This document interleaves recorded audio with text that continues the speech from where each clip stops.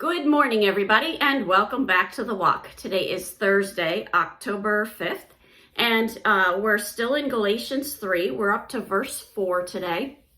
And this verse is very, very short, so we may be going into the next verse. But what it says is, did you suffer so many things in vain, if indeed it was in vain? So let's break down what he's asking here. Now, we know from Acts 14 that Paul suffered significant persecution from the Jewish leaders in Galatia.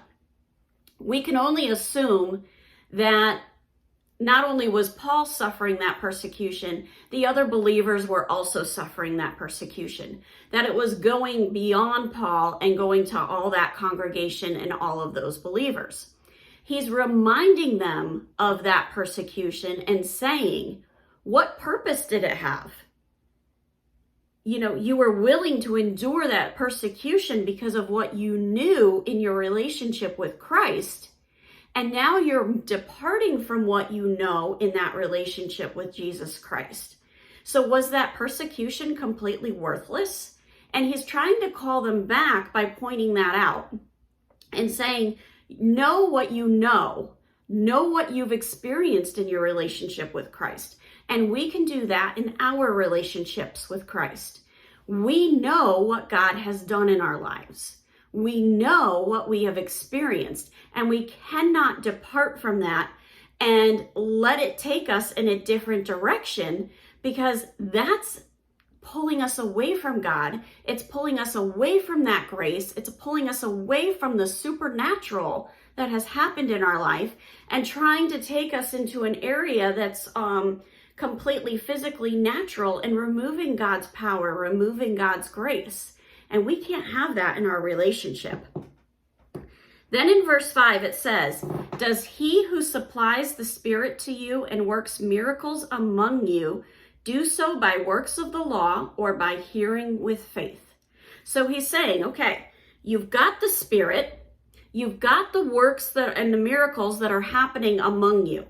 Now I want you to decide, what's the source of that? What's the source of having all that's being supplied by the Holy Spirit? What's the source of all these miracles?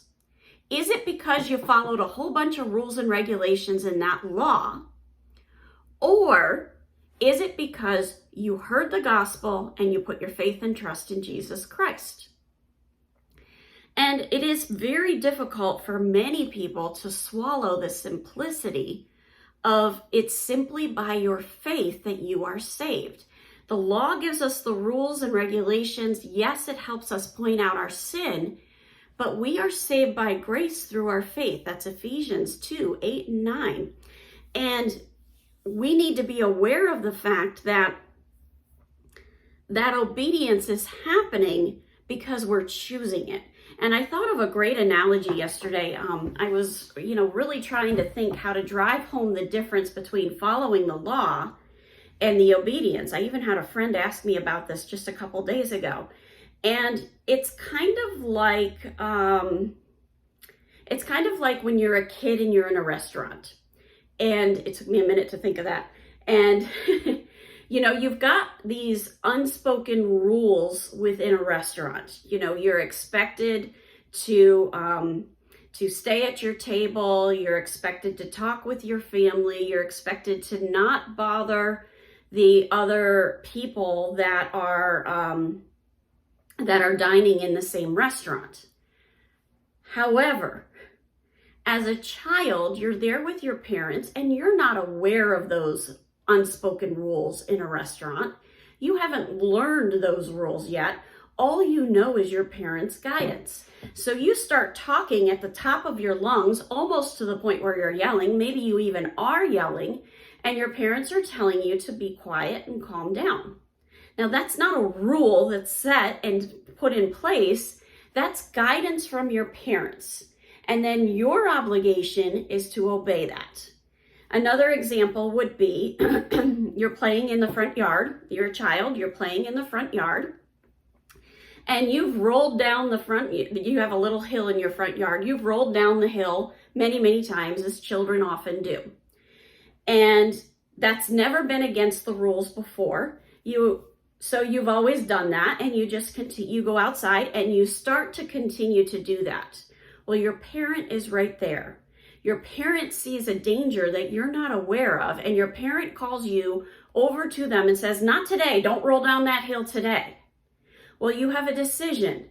If you continue to roll down the hill, are you breaking a rule? No, you're not breaking a rule, because you were allowed to do that all these other days. But on this particular day, there's a reason your parent doesn't want you to do it. You're trusting your parent's guidance. You're trusting that direction, and you're obedient to it. And lo and behold, there was a snake in the yard that your parents saw and you did not see. And because of that, you're safe. Because you listened and you were obedient, you're safe. You're under that blessing. You're under that umbrella. And you're able to get into your parents' arms where there's safety. That's the difference between obedience and following the law. The law is a set of rules. Those rules do not change. They're the same day in, day out. They're always there. Obedience is listening to that still small voice of the Holy Spirit and following that guidance that can change from day to day. It can be something as simple as don't take the route you normally take. And you don't know why, but the Holy Spirit's got a divine appointment set up so that you can end up in exactly the place where He needs you to be to serve Him, or it's for your protection as that child rolling down the hill in the front yard. Have a wonderful day. God bless, and keep walking the walk.